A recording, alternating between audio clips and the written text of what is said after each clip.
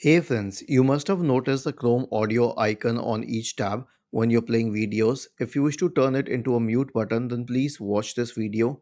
I will guide you through the procedure. So search for Chrome, open Google Chrome.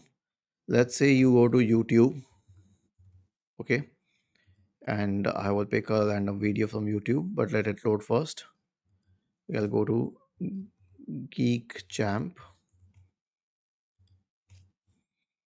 okay? And then I will open a random video. Here, bring your business online with GoDaddy. Start by finding the right domain today.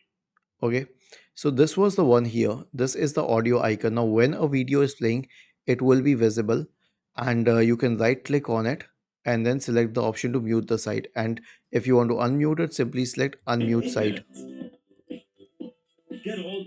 Okay, this is how you mute and unmute using the tab button. And this is actually a very easy way and a very convenient thing to learn.